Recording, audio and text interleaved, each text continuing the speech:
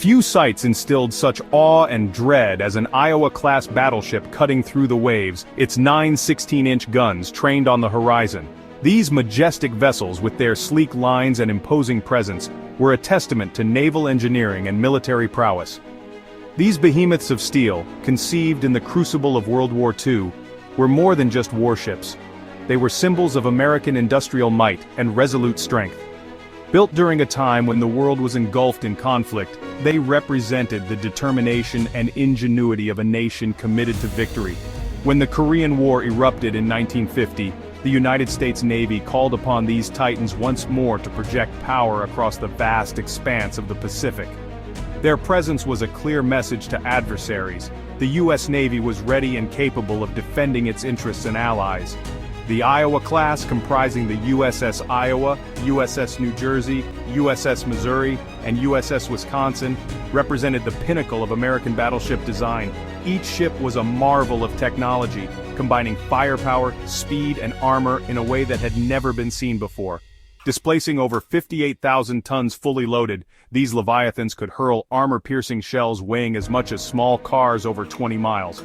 The sheer destructive power they could unleash was unparalleled, making them formidable opponents in any naval engagement.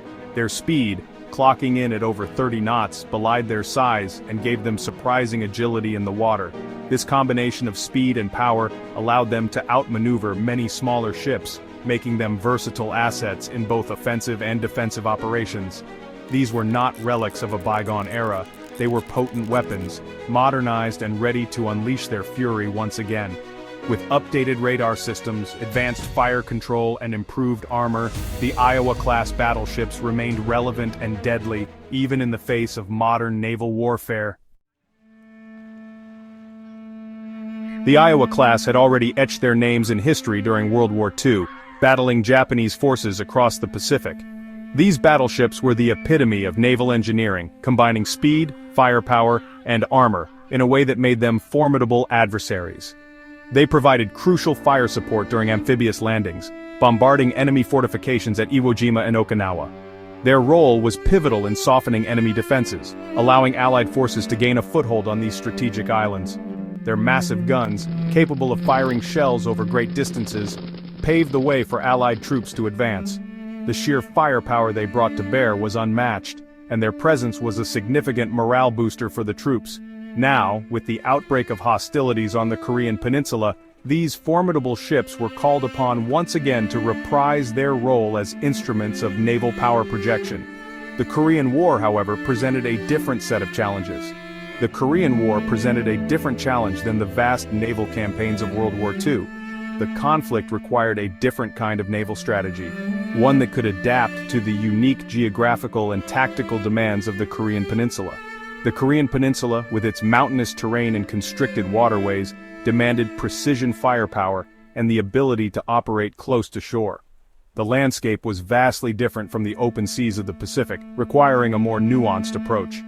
The Iowa class, with their long-range guns and surprisingly shallow draft, were uniquely suited to this environment. Their ability to deliver accurate fire support from a distance while also being able to navigate closer to shore made them invaluable.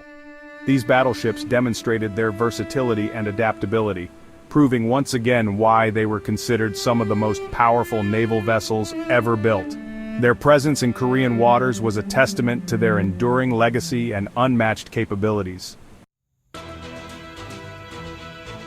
Why did the U.S. Navy choose to deploy these aging behemoths in Korea? What made these battleships, designed during World War II, still relevant in the 1950s? The answer lay in the unique capabilities of the Iowa class. These ships were not just relics of a bygone era, they were powerful tools of war with unmatched firepower and versatility. Firstly, their massive guns could reach far inland, striking critical infrastructure and enemy troop concentrations with devastating effect. These 16-inch guns were capable of firing shells weighing over a ton, causing massive destruction. This long-range firepower proved invaluable in a conflict where UN forces were often outmatched in artillery. The ability to deliver precise and powerful strikes from the sea gave the UN forces a significant advantage. Secondly, the psychological impact of these colossal warships cannot be overstated. The mere presence of an Iowa-class battleship was enough to instill fear and uncertainty in the enemy. The sight of an Iowa-class battleship on the horizon, its guns thundering a fearsome symphony of destruction, was enough to demoralize enemy troops and bolster the morale of friendly forces. The psychological warfare aspect of these ships was a crucial element in their deployment. This psychological warfare aspect played a significant role in the Korean War. The combination of overwhelming firepower and the fearsome reputation of the Iowa-class battleships made them a formidable force on the battlefield.